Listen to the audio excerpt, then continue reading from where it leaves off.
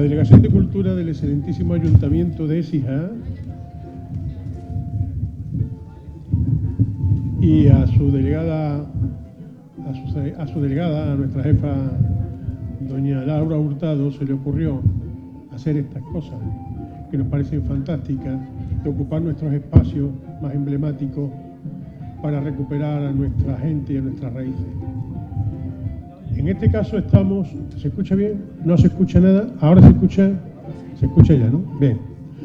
Decía que a doña Laura Hurtado, delegada de Cultura de este excelentísimo ayuntamiento nuestro, se le ocurrió en su día implicarnos a unos pocos para que intentáramos rescatar de alguna forma y poner en valor los espacios patrimoniales, monumentales, artísticos que tenemos en nuestra ciudad y además poniéndolo en valor para recuperar de alguna forma parte también de nuestras raíces, de nuestra, en este caso de nuestros escritores, ¿eh?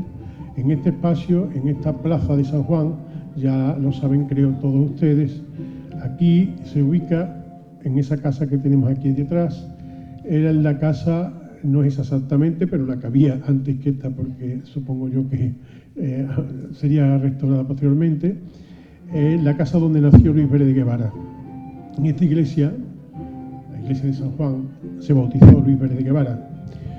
Y Luis Pérez de Guevara, que es nuestro escritor más insigne, precisamente en el año 1641, y plantea una novela que revoluciona un poco también la literatura de aquella época. Es una novela picaresca, pero tiene unas ciertas particularidades que no se le puede decir tan picaresca, pero que es realmente extraordinaria y fue muy alabada por todos los literatos de la época. Y precisamente ubica la historia, la coloca Luis Pérez de Guevara en el mes de julio de 1641. Ahora hace unos 384 años, más o menos.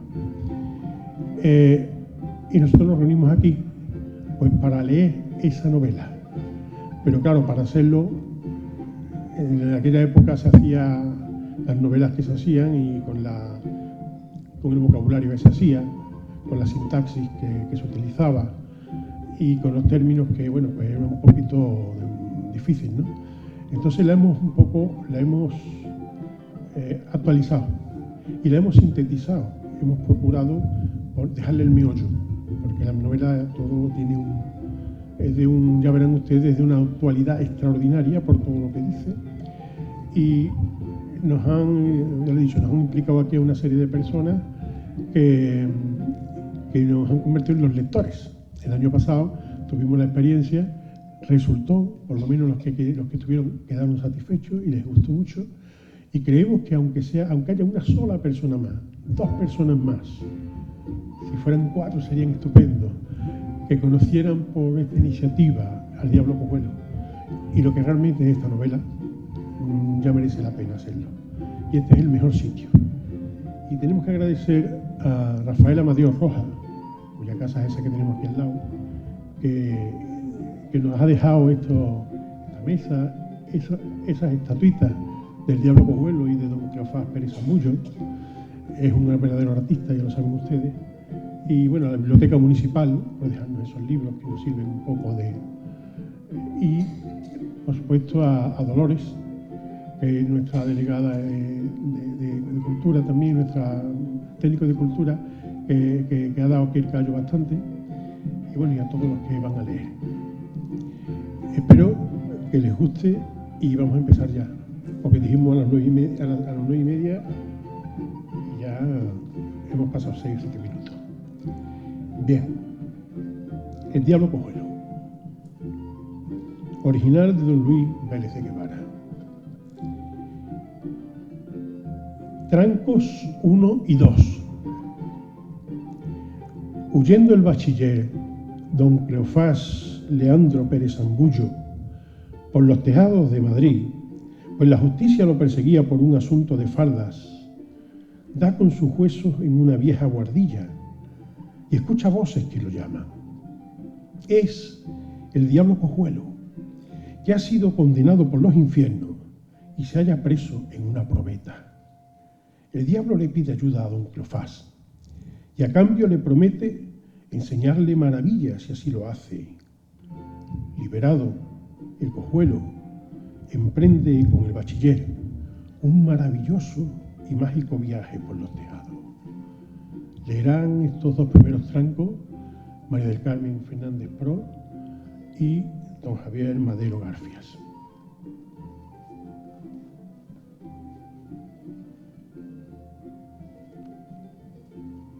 Daban en Madrid por los fines de julio las 11 de la noche en punto, cuando don Cleofás Leandro Pérez Zambullo, hidalgo pobre, galán de noviciado y estudiante de profesión, saltaba por los tejados huyendo de la justicia que lo perseguía por un descosido a una doncella muy usada que pretendía que el pobre licenciado pagase solo lo que tantos habían merendado. Entre salto y salto vino a caer en una guardilla, consiguiendo burlar a los ministros que lo perseguían y a los honrados pensamientos de doña Tomasa de Vitigudiño, que así se llamaba la doncella chanflona, tan dada a regalar favores. Don Cleofás observó, por lo que allí había, que aquella guardilla debía de ser la de un sabio astrólogo, y mientras revolvía los trastos astrológicos, oyó un suspiro entre ellos y con ademán de estudiante valiente dijo: ¿Quién diablo suspira aquí? Respondiéndole una voz entre humana y extranjera que salía de una redoma: Yo soy, señor licenciado, que estoy metido en esta vasija donde me tiene preso el astrólogo que vive ahí abajo, que es mi carcelero desde hace 2 años. Pero tú me puedes rescatar, porque este me tiene ocioso, siendo yo el espíritu más travieso del infierno, pues soy el diablo cojuelo. Y me llamo de esta manera porque fui el primero de los que se levantaron en la rebelión celestial y de los que cayeron del cielo. Y como los demás cayeron todos sobre mí, me estropearon. Y así quedé, más que todos señalados por la mano de Dios y por los pies de los diablos. Aunque nunca tuve menos reputación que ahora en poder de este vinagre, a quien me entregaron mis propios compañeros, porque los traía retortero a todos, y a los más agudos le daba gato por demonio. Sácame de esta prisión, que yo te pagaré bien el rescate. Toma un cuadrante de eso y haz pedazo esta vasija, que derramándose me verás visible y palpable.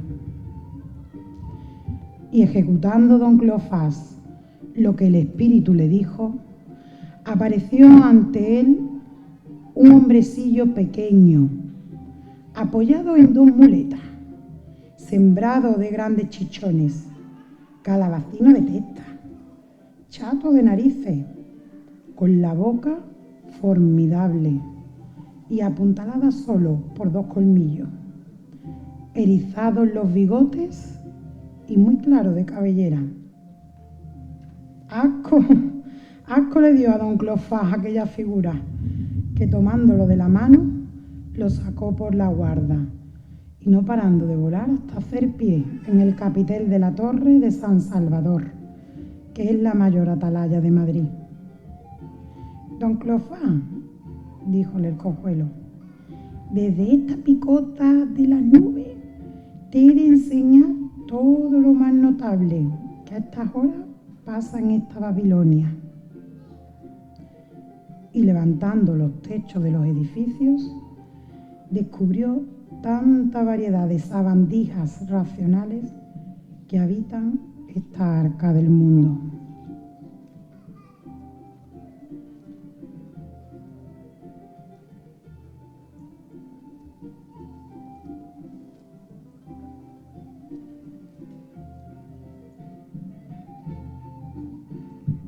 ¿Sí? ¿Se oye bien? El diablo le dijo a don Cleofás: quiero enseñarte en este teatro, donde tantas figuras representan las más notables de ellas, Mira allí sentados muchos caballeros y señores a una mesa opulentísima. Dejémoslo cenar, dijo don Cleofás, y pasemos adelante, que estoy harto de excelencias y señorías solamente buenas para venerarlas. Pues mira allí, prosiguió el cojuelo, cómo está pariendo doña Fáfula, y don Toribio, su marido, anda todo lastimado, como si fuera suyo lo que pare. Y mira en este otro barrio cómo ronca a pierna suelta el que hizo a la criatura. Allí más adelante está una vieja hechicera haciendo una medicina para remendar a una doncella que se ha de desposar mañana. ¿Y quién es aquella ballena con camisa de mujer que no solamente le viene estrecha la cama, sino la casa entera? Aquella es una bodegonera tan rica que tiene de dar rocín por carnero y gato por liebre 6 casas en Madrid y más de 20.000 ducados, y que para su entierro ha fundado 2 capellanías, pensando que así se irá derecha al cielo, pero aunque pongan una garrucha en la estrella de Venus y una grúa en el carro de Santiago, me parece a mí que será imposible subir allá a este tonel. Y vea aquel alquimista en aquel sótano muy convencido de encontrar la piedra filosofal y hacer el oro. Y vea aquella pareja tan amigos de coche que todo lo que tenían para vestir, calzar y componer su casa lo han empleado en aquel que está sin caballo, y desde hace 4 años comen, cenan y duermen dentro de él, pareciendo que están encochados, como emparedados, que el coche les sirve de concha como al Galápago. Y vuelve a ese otro lado los ojos y verás cómo se va desnudando aquel hidalgo, tan caballero del milagro de las tripas como de las demás facciones, pues quitándose la cabellera se queda calvo, y las narices chato, y unos bigotes de pega lampiño, y un brazo de palo manco. Al final, sin los postizos, más podría irse camino de la sepultura que de la cama. En esa otra casa más arriba está durmiendo un mentiroso con una pesadilla porque sueña que dice la verdad. Allí está muriendo un fullero y ayudándole a bien morir un testigo falso que le da una baraja de naipe porque muera como vivió, y él, boqueando ya por decir Jesús, ha dicho full. Allí doña Tomasa, tu dama, en enagua, le está abriendo la puerta a otro. Déjame, saltó don Cleofás, bajaré sobre ella a matarla a coces. Te espantas por poca cosa, que quitando a este enamorado, hay otros 80 para quien tiene repartidas las horas del día y de la noche. Por vida del mundo, dijo don Cleofás, que la tenía yo por una santa. Nunca te creas de ligero, le replicó el diablillo, y vuelve ahora los ojos a aquella cuadrilla de sastres que están acabando unas ropas para un tonto que se casa ciega con una doncella tarasca, fea, pobre y necia, de la que han hecho creer todo lo contrario con un retrato que le trajo un casamentero. Y mira a aquel cazador mentecato que está ensillando su rocín a estas horas y deja de dormir por ir a matar un conejo que le costaría mucho menos en cualquier mercado. Y advierte cómo a la puerta de aquel rico avariento están dejando a un niño sin darse cuenta que el avaro Tiene más cara de comérselo que de criarlo. Pero ya el día que no nos deja pasar adelante y volviendo a poner la tapa de los tejados, se bajaron a las calles.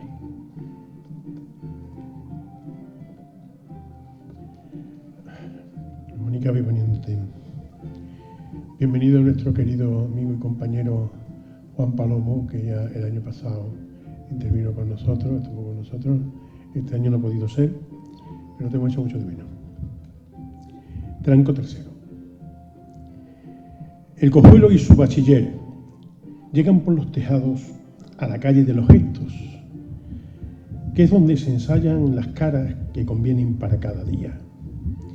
Al baratillo de los apellidos, en donde se proveen para el lucimiento los de mayor abolengo. A la pila de los dones, en donde puede apañarse el título de don. A la ropería de los abuelos, donde se encuentran antepasados de alcurnia que se desean para poder escalar en la corte. Y a la casa de los locos, donde están los desengañados. Lee Mónica Martín García.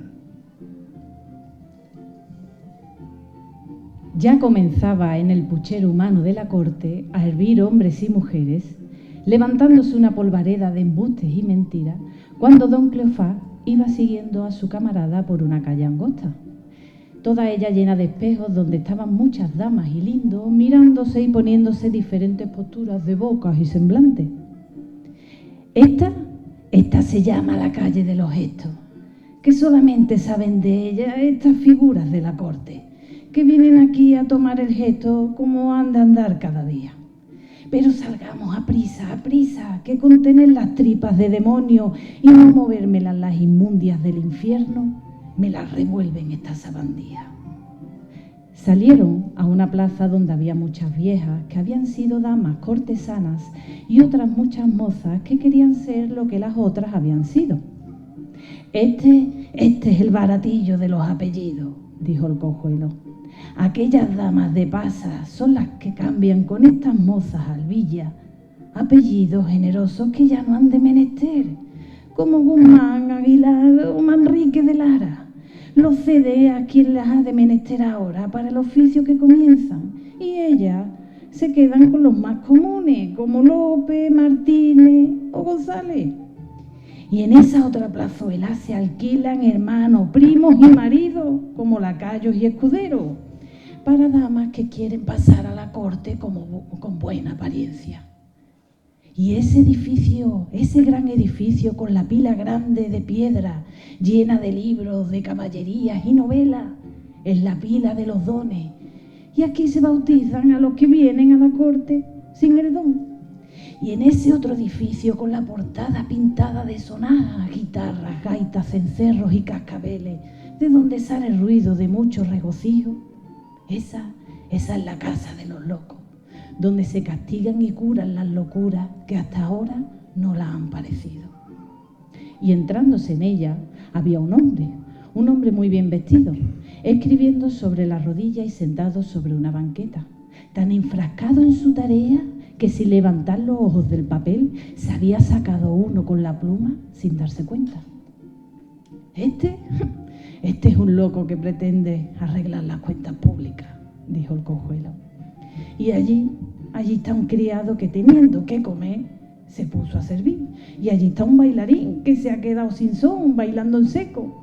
Y en esa otra celda, sobre un cofre lleno de doblones, está sentado un rico avariento, que sin tener hijo ni pariente que lo herede, se da muy mala vida, no comiendo más que ensaladas y pepino.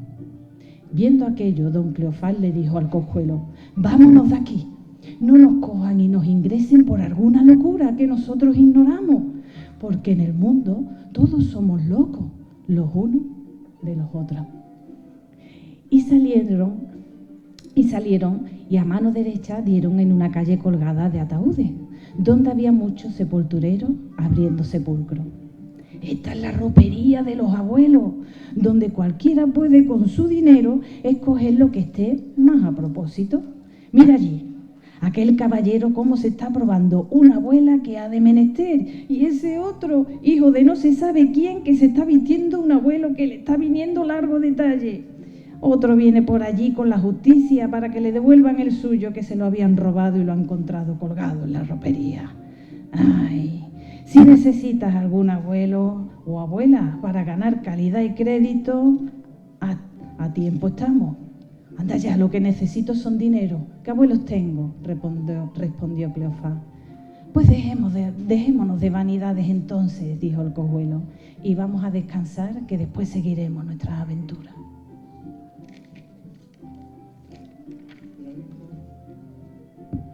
Trancos 4 y 5.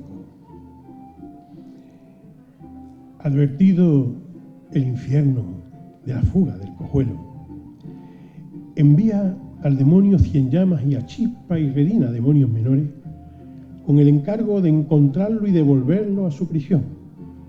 Mientras, don Cleofás y el cojuelo, después de provocar bulla y jaleo por donde pasan, se encaminan hacia Andalucía, huyendo de sus perseguidores. Lee los trancos 4 y 5, María del Valle Rodríguez Lucena.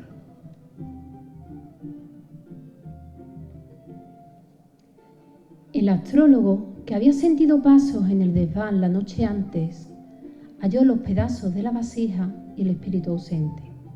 Y entonces entró un diablejo zurdo, mozo de retrete de Satanás, diciendo que su señor había sentido la bellaquería del cojuelo y que él trataría de que se castigase. Mientras, en el infierno se juntaron en sala plena los más graves jueces de los demonios y mandaron despachar requisitoria para que prendiesen al cojuelo en cualquier parte que se hallase. Y se le dio esta comisión a Cienllamas, que se llevó de corchete a Chispa y a Redina, demonios menores. Mientras tanto, el revoltoso diablillo y don Cleofás montaron un alboroto en donde comían y salieron por una ventana, con tal agilidad que cuando el alguacil de la corte pensó en cogerlo, estaban ya llegando a la puerta de Bisagra de Toledo, al mesón de la Sevillana, que es el mejor de aquella ciudad. Esta es muy buena posada para pasar esta noche. Éntrate dentro y pide un aposento, que esta noche he de hacer unas diligencias por sobornar con algunos servicios a mi amo. Estaré contigo antes que den las 7 de la mañana, dijo el diablillo. Aquella noche, dando las 2, unas voces despertaron a todos los que dormían, al grito de ¡fuego, fuego! Unos salieron rodando las escaleras por bajar más aprisa, otros saltando por las ventanas que caían al patio de la posada, otros que por las purgas o temor a la chinche dormían en cueros, salieron poniendo las manos donde habían de estar las hojas de parra. Y don Cleofás, con los calzones revueltos en el brazo y los ojos espantados, buscando una espada, cuando salió el posadero pidiendo calma, diciendo que aquel ruido no era de cuidado, que era un estudiante, poeta de esos que hacen comedia, y que estaba acabando una titulada Troya abrasada, que sin duda había quedado en el capítulo del incendio, y como vivía tanto lo que escribía, había dado aquellas voces. Y para confirmarlo, subieron todos a su aposento, encontrándolo tendido en el suelo, revolcándose entre papeles y echando espumarajos por la boca. Y con esto todos volvieron a sus camas. Antes que dieran las 8, como había dicho, entró por el aposento el cojuelo. ¿He tardado mucho? Menos que tardó vuesa merced desde el cielo al infierno con haber más legua. ¿Cómo le ha ido por esos mundos? Hice todo lo que fui, mucho más. Entré en Madrid y supe que unos parientes de tu dama te andaban buscando para matarte, porque dicen que la has dejado sin reputación. Y lo peor es lo que me chismeó Zancadilla, demonio espía del infierno, que Cienllamas me andaba a buscar con una requisitoria. Y soy del parecer, para evitar riesgo, que pongamos tierra por medio y nos vayamos a Andalucía, que es la más ancha del mundo. Y diciendo esto, salieron los dos por la ventana, El posadero, desde la puerta, comenzó a darle voces al estudiante cuando lo vio por el aire, diciéndole que le pagase la cama y la posada, pero como padecía que lo soñaba, se volvió santiguándose y diciendo: «Ojalá que como se me va este, se me fuera el poeta». Don Cleofás y el cojuelo llegaron en el vuelo a la venta de Daravitán, que está en Sierra Morena, y apeándose del aire entraron en ella, pidiendo al ventero de comer. A falta de mesa, los dos camaradas pidieron compartir la que estaba ocupada por un francés, un italiano, un inglés y un tudesco, que ya estaban en los postres, y con los que iniciaron conversación sobre cuál era el mejor rey de todos. De tal suerte que entraron en discusión, y don Cleofás, acostumbrado a sufrir poco y al refrán de quien da primero da dos veces, levantando el banco en que estaba sentado, dio tras ello, aunque se le adelantó el cojuelo, que con las muletas en la mano se manejó tan bien que dio con el francés en el tejado de otra venta que estaba a 3 leguas de allí, y en una necesaria de Ciudad Real con el italiano, al inglés de cabeza una caldera de agua hirviendo que tenía para pelar un puerco en casa de un labrador de Adamuz, y al tudesco lo volvió al puerto de Santa María, de donde había salido 15 días antes.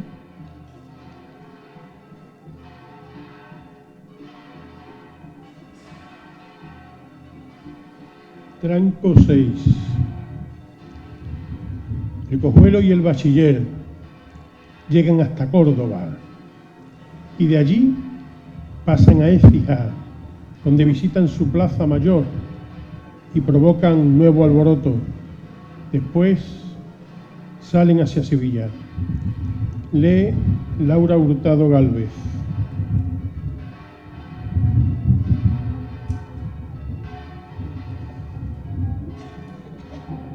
Tragando leguas de aire, don Cleofás y el cojuelo se pusieron a vista de Córdoba, donde se celebraban fiestas de toros aquel día y juegos de cañas.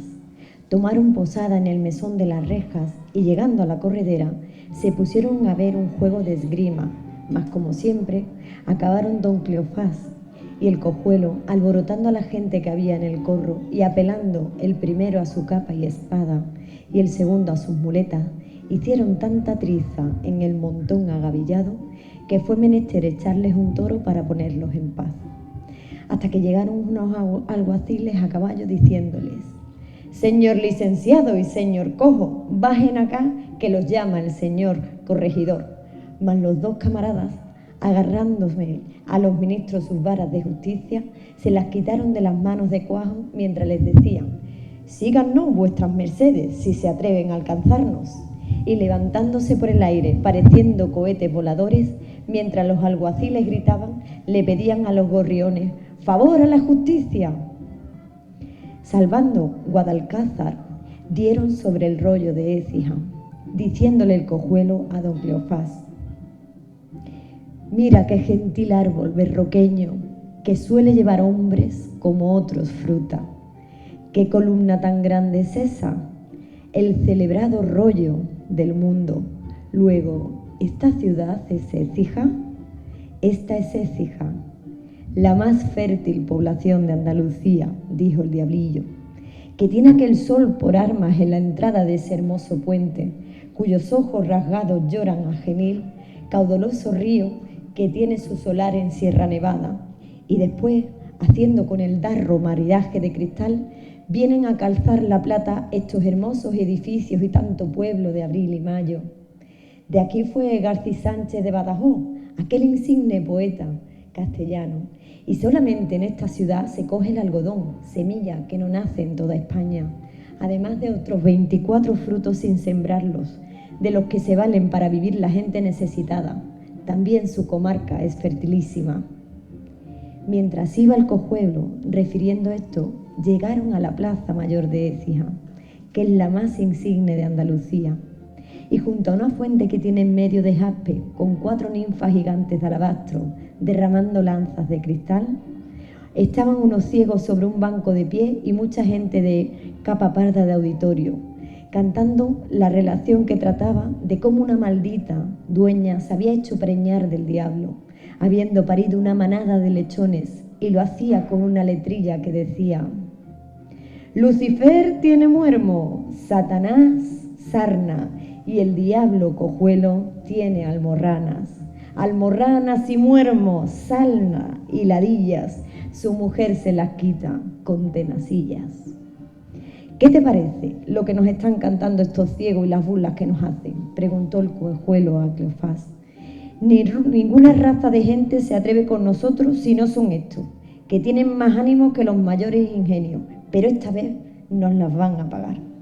Y sobre la entonación de las coplas metió el cojuelo tanta cizaña entre los ciegos que, repujándose primero y cayendo unos en el pilón de la fuente y otros en el suelo, se mataron a palos, donde de camino a los oyentes, que les respondieron con algunos puñetazos y patadas, y como habían llegado a Écija con las balas de los alguaciles de Córdoba, pensaron los que los veían que traían alguna gran comisión de la corte, por lo que llegó la justicia a la ciudad a hacerles fiestas y a ofrecerles sus posadas, y ellos, valiéndose de la ocasión, admitieron las ofertas con que fueron regalados, hasta que, preguntándoles cuál era el negocio que les traía Écija, el cojuelo les respondió que era contra los médicos y boticarios, además de alguna visita general de beatas.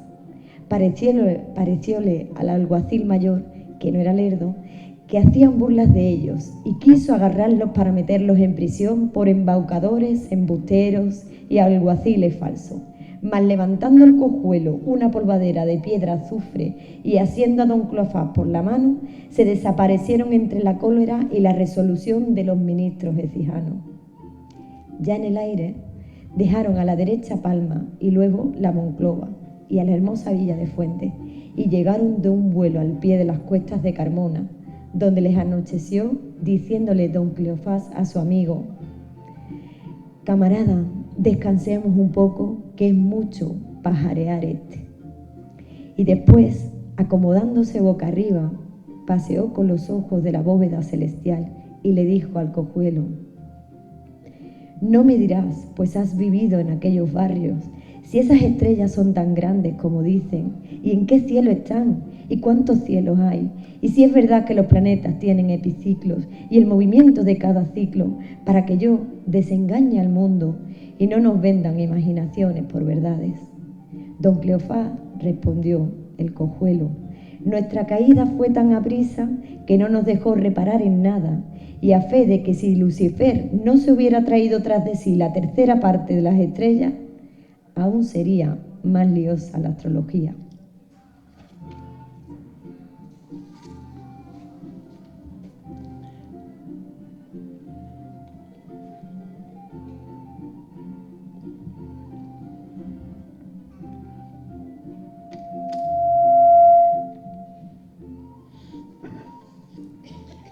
Tranco 7.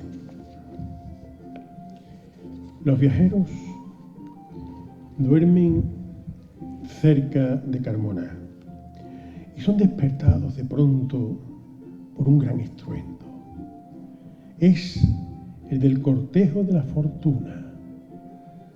El cojuelo muestra al bachiller toda la amplísima gama de cualidades, defectos, personajes y personajillos que acompañan siempre a la fortuna como reos y servidores de ella. Después llegan a Sevilla. Lee Sonia Almenta. Aquella noche, don Cleofás se despertó sobresaltado por un gran estruendo de clarines y cabalgaduras. No te alborotes, le dijo el cojuelo, que estando conmigo no tienes que temer nada. Yo te diré qué es este ruido. Todo este estruendo es el del cortijo de la fortuna, que en lugar de mulas lo traen mercaderes y hombres de negocio cargados de oro y plata, con reporteros bordados con las armas de la fortuna, que son los 4 vientos.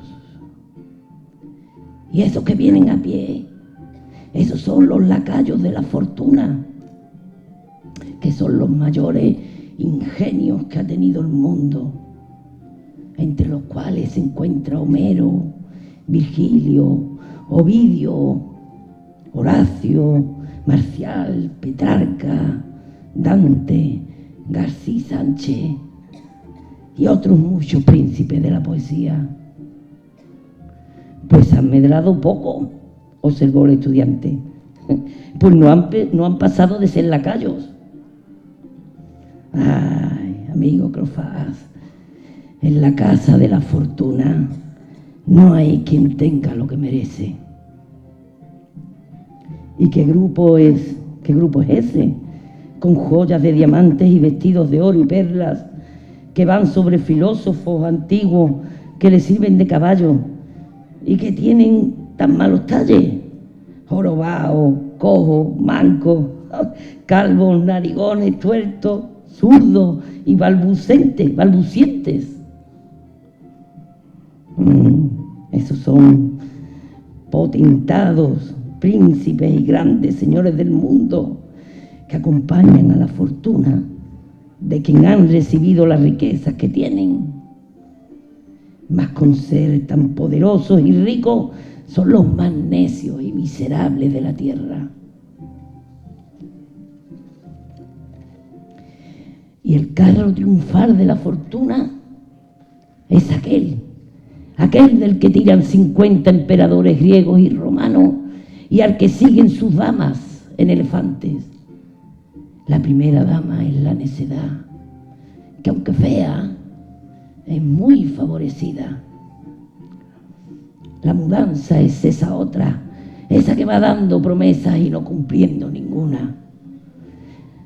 Y esa otra es la lisonja, con 100 lenguas en cada mano. Aquella que le sucede vestida de negro, sin oro ni joyas, de linda cara y talle, y que viene llorosa, es la hermosura.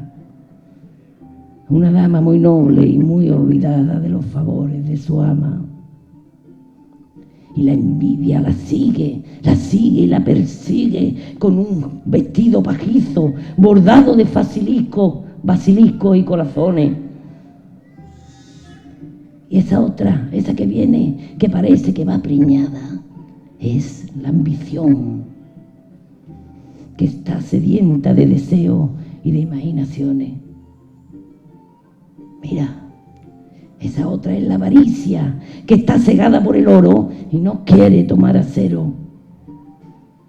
Y todas aquellas que vienen, las ves, que vienen con tocas largas y anteojos, son la usura, la estafa, la chisme, la soberbia, la invención, la simulación, todas dueñas de la fortuna. Y los que vienen galanteando a esta señora son ladrones, fulleros, astrólogos, espías, hipócritas, mentirosos, casamenteros, noveleros, corredores, glotones y borrachos. Y todo lo cierra aquella prodigiosísima torre andante con un balcón grande en la fachada donde va la esperanza vestida de verde, muy larga de estatura, y bajo la que están todos esos pretendientes que la siguen a pie, llamándola a voces, soldados, capitanes, artífices y maestros, mal vestidos, hambrientos y desesperados. Y en el otro balcón, ese de al lado, allí va la prosperidad sembrando talego sobre muchos mentecatos ricos que van en su litera roncando y ni se enteran porque no lo necesitan. No. Mira, ahí sigue una infinita larga de carros largos llenos de comida y de vestido, que es la guardarropa de la fortuna. Y con ir tantos como la desnudos y hambrientos, no les da un bocado que coman, ni un trapo con que se cubran, porque aunque se los dieran, no les vendrían bien, ya que están hechos solamente a medida de los dichosos. Y los que van al final del todo, a pie, a caballo y en coche, son los que forman el cortejo volante de los locos que han perdido el juicio por sucesos de la fortuna. Y van unos riéndose, y otros van llorando, y otros cantando, otros en silencio, mas todos renegando de ella. Cuando hubo desaparecido toda la confusa comitiva, dejando una polvareda espantosa, subieron don Cleofás y el cojuelo a la recién bautizada ciudad de Carmona, atalaya de Andalucía.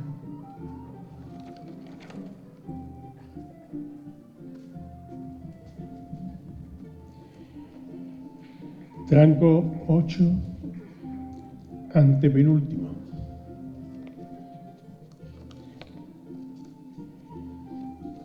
Perseguidos por la justicia,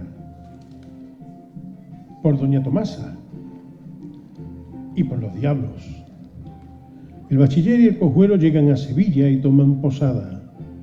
Suben a la azotea y, viendo el cojuelo la nostalgia en su acompañante, decide mostrarle en un espejo todo lo que sucede en el paseo de la calle Mayor de Madrid. Posiblemente estemos ante la primera retransmisión televisada de la que se tiene constancia.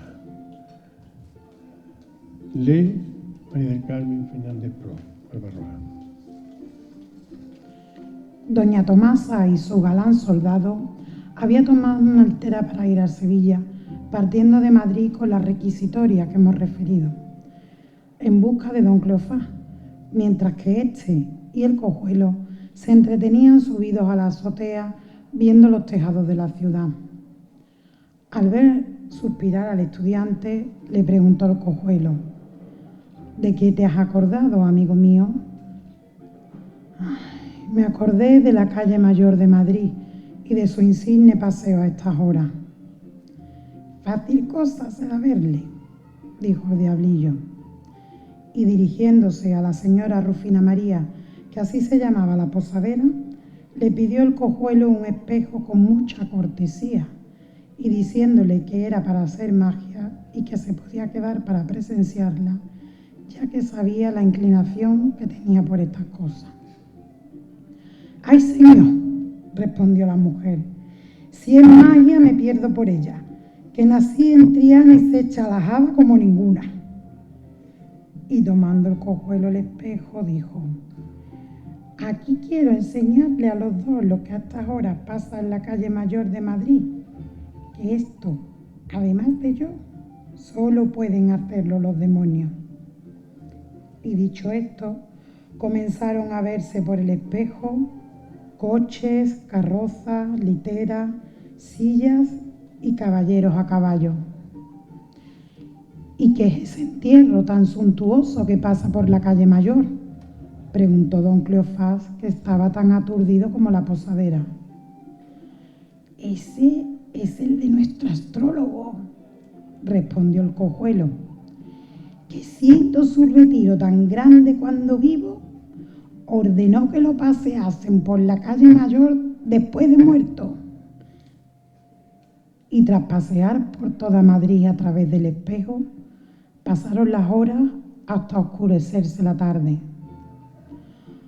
¡Oh, qué pena!, dijo Rufina.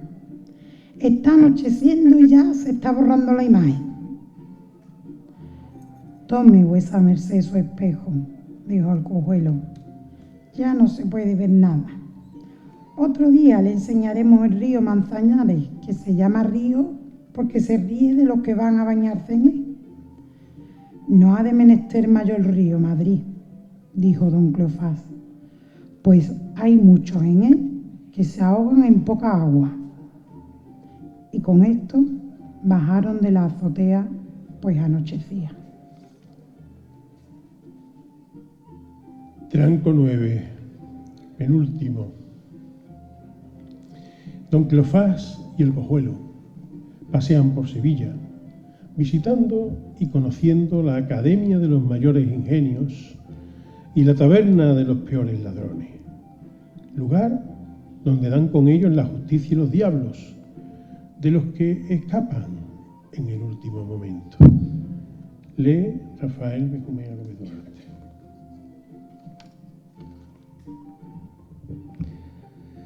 Saliendo los dos camaradas de la posada, llegaron al barrio del Duque y al entrar por la calle de las Armas, en un gran cuarto bajo, vieron mucha gente de buena capa sentados con grande orden, y el Cojuelo le dijo a don Cleofás: esta es una academia de los mayores ingenios de Sevilla que se juntan a hacer versos a diferentes asuntos. Si quieres, éntrate a entretenerte dentro, que por huéspedes y forasteros no podemos dejar de ser bien recibidos. Levantáronse todos cuando entraron los forasteros, haciéndolos acomodar en los mejores lugares que se hallaron, y, sosegada la academia al repique de su campanilla, el presidente les pidió a los dos forasteros que dijesen algunos versos suyos, y don Cleofás, sin hacerse más de rogar, dijo: yo obedezco con este soneto que escribí al Rey nuestro Señor.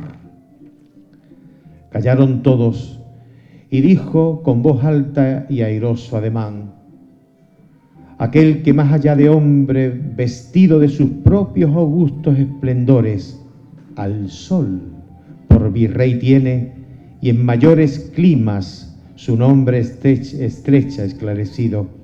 Aquel que sobre un céfiro nacido entre los ciudadanos moradores del Betis, a quien más que paseó flores, plumas para ser pájaro ha bebido. Aquel que a luz y a tornos desafía en la mayor palestra que vio el suelo, cuánta leve estrellada monarquía es, a pesar del bárbaro desvelo, Filipo el Grande, que árbitro del día está partiendo imperios con el cielo. Aplaudió toda la academia con vítores y, tocándole al Cojuelo su turno, dijo de este modo: a un sastre tan caballero que no quería cortar los vestidos de sus amigos, remitiéndolos a su mase barrilete.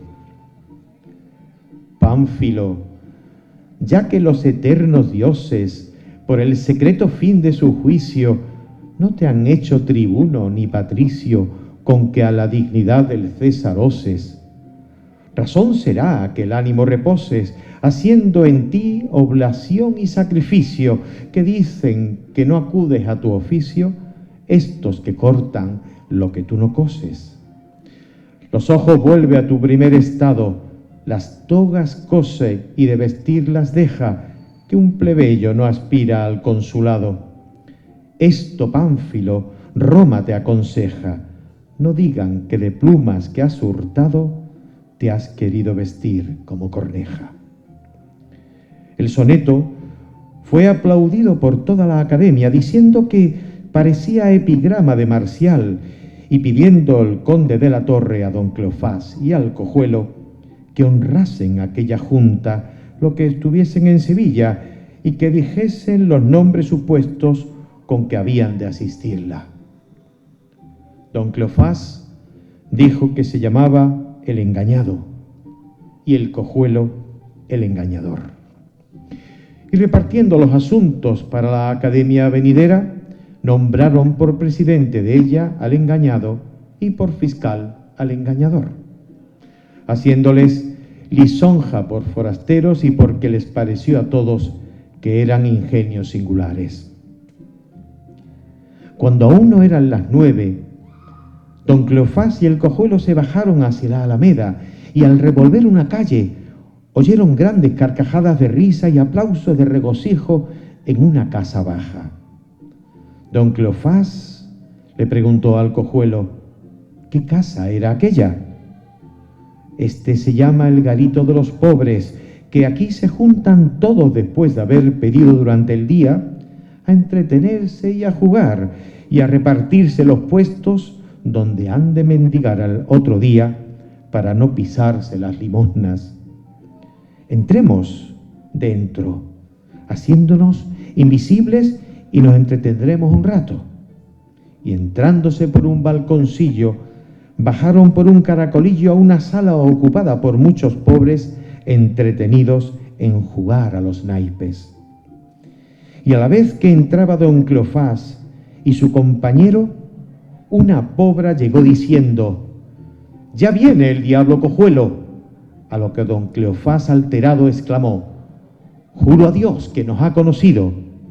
«No te sobresaltes», respondió el diablillo, «que no nos puede ver, y el que ha dicho la pobra que viene es aquel que entra ahora, que trae una pierna de palo y una muleta en la mano».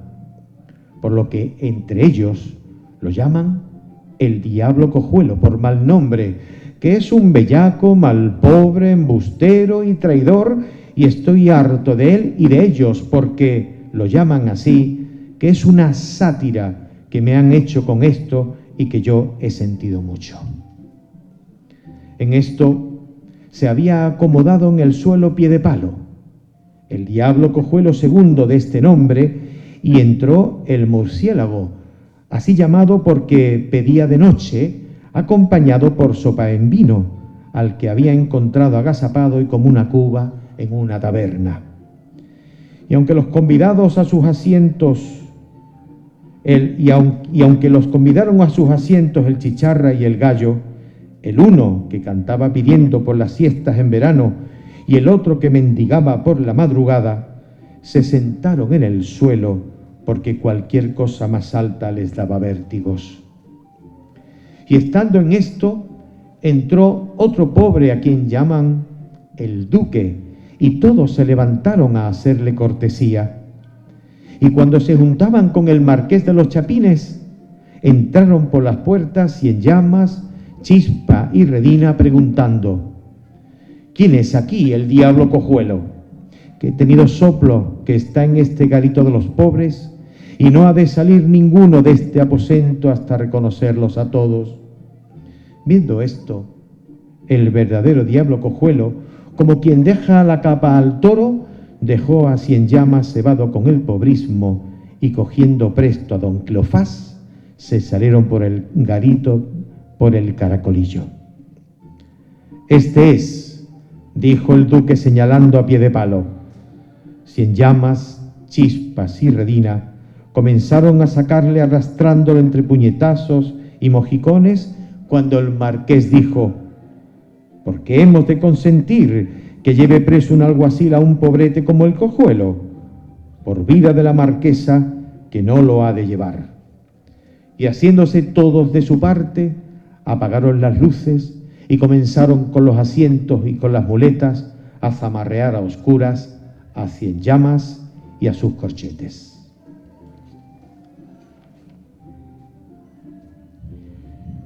Tranco décimo, a falta del epílogo, el último tranco. Los amigos vuelven a la academia, donde dan muestra de sobrado ingenio y agudeza. Allí el estudiante es prendido por el alguacil, pero el cojuelo lo soborna con el oro del diablo. El desenlace final pone a cada cual en su sitio. Lee Seferino Aguilera Ochoa. Don Cleofás y el cojuelo, viendo que los acechaban, mudaron la posada por otra más recatada aún de la morería.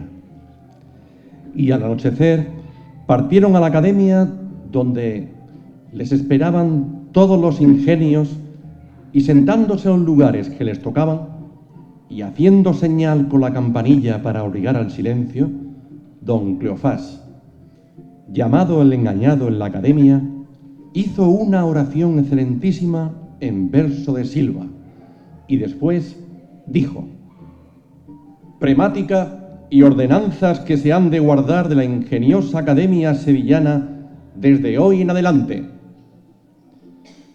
Primeramente, se manda que todos escriban con voces castellanas, sin introducirlas de otras lenguas, y el que lo haga de esta manera quede privado de poeta por 2 academias, y a la segunda vez confiscadas sus sílabas y arados de sal sus consonantes, como traidores de lengua materna.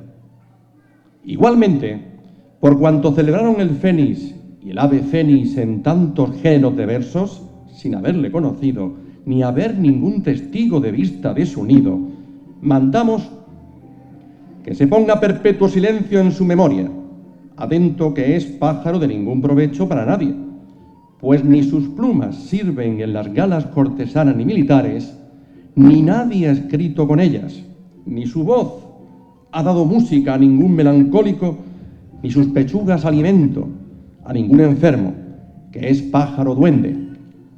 Pues dicen que existe, y no lo encuentra nadie, estando en el mundo el cisne, el águila, la garza, el neblí, la paloma, el pelícano y, sobre todo, el cabón, que este sí que debe alabarse. Mátenle, pues, un fénix a quien sea su devoto cuando tenga necesidad de comer. Igualmente, porque hemos tenido conocimiento que hay un linaje de poetas y poetisas que con 8 o 10 vocablos solamente quieren expresar todos sus conceptos y dejar que solo Dios los entienda, mandamos que se les den otros 50 vocablos más de ayuda de costa, del tesoro de la Academia, para valerse de ellos, con tal de que si no lo hicieren, caigan en pena de menguados y de no ser entendidos, igual que hablaran en vascuence. Igualmente, que los poetas más antiguos se repartan por turnos a dar limosna de sonetos, canciones, madrigales, silvas, décimas, romances y demás géneros de versos a poetas vergonzantes que piden de noche, y que haya una portería en la Academia, por donde se dé sopa de versos a los poetas mendigos. Igualmente, mandamos que las comedias de moros se bauticen dentro de 40 días o salgan del reino. Igualmente, que ningún poeta hable mal de los otros más de 2 veces por semana. Igualmente, que el poeta que hiciere poema épico no se le dé más plaza que 1 año y medio, y si dura más, se entienda que es por falta de musa. Igualmente, que el poeta que sirva a señor ninguno muera de hambre por ello. Y al fin, estas ordenanzas se obedezcan y ejecuten como si fueran leyes establecidas de nuestros príncipes, reyes y emperadores de la poesía. Celebradísimo fue el papel del engañado, al mismo tiempo que el engañador sacaba el suyo del pecho y comenzaba a decir: pronóstico y lunario del año que viene al meridiano de Sevilla y Madrid, contra los poetas, músicos y pintores, compuesto por el engañador, académico de la insigne Academia del Betis y dirigido a Perico de los Palotes, pero de demonio y poeta de Dios, te la depare buena. Nada más decir esto último, cuando entró doña Tomasa y su soldado con un alguacil guarnecido de corchetes, alterando de la Academia con su intempestiva visita. Vuesas mercedes no se alboroten, dijo el alguacil, que yo vengo a prender al señor presidente porque es hombre de Madrid. El estudiante fue prendido y el cojuelo se fue tras ellos, acercándose con disimulo al alguacil, al que poniéndole en la mano 300 escudos, le dijo aparte: señor mío, vuesa merced ablande su cólera con este regalo, que son 150 doblones de a 2. Respondiendo el alguacil al mismo tiempo que lo recibía: vuesas mercedes perdonen el haberme equivocado, y el señor licenciado se vaya libre y sin costas. Y por más protestas que el soldado y doña Tomasa le hicieron, no le pudieron poner en razón. Aquella noche, los 2 camaradas durmieron en la calle del Altozano, mientras Vitigudiño y su galán se fueron muy desairados a su posada. Final a modo de epílogo. Final y a modo de epílogo. El cojuelo madrugó sin dormir, dejando al compañero en Triana para espiar en Sevilla lo que pasaba cerca de las causas de los dos. Mientras, el alguacil despertó muy temprano, con el alborozo de sus doblones, y levantándose a buscarlo se vio emparedado de carbón, que todos los aposentos de la casa estaban tiznados por él, porque en eso, en carbón, queda siempre el dinero que da el diablo. Sabiendo lo que le había sucedido al alguacil, el cojuelo iba dando grandes risotadas cuando vio que le venían siguiendo Cienllamas, Chispa y Redina. Y dejando las muletas, comenzó a correr y ellos tras él. Y cuando casi le echaban las garras, venía un escribano bostezando y metiósele el cojuelo por la boca. Chispa, Redina y Cienllamas quisieron entrarse tras él a sacarle. Cuando salieron a defender al escribano, una cuadrilla de sastres que le hicieron resistencia a agujazo y a dedalazo, obligando a Cienllamas a enviar a Redina al infierno para pedir instrucciones. Y lo que trajo fue que con el escribano y los sastres diesen con el cojuelo en el infierno. Pero fue tanto lo que los revolvió el escribano después de haberle vomitado al cojuelo, que decidieron echarlo fuera y que se volviese a su casa. Doña Tomasa, desengañada, se pasó a las Indias con su soldado, mientras que don Cleofás, sabiendo el mal suceso de la prisión de su diablillo, regresó a la Universidad de Alcalá para acabar sus estudios, desengañado de que hasta los diablos tengan sus alguaciles y que los alguaciles tengan a sus diablos. Luis Vélez de Guevara.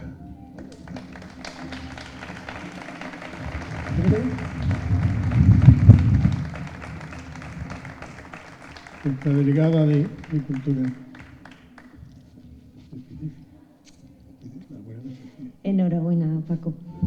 Bueno, muchísimas gracias por acompañarnos en esta noche. La verdad es que es un lujo poder disfrutar de estas lecturas con grandes con los que nos hemos rodeado, como todos los compañeros. Muchísimas gracias a todos por participar, por hacerlo tan bonito y tan fácil y por enseñarme cada día. Gracias de verdad, Paco, por enredarme en estas cosas tan bonitas, donde descubrimos nuestras tradiciones, a nuestros grandes, nuestra cultura, y nos sentimos todavía más ecijanos que nunca. Muchísimas gracias a todos y espero que lo hayáis disfrutado tanto como yo.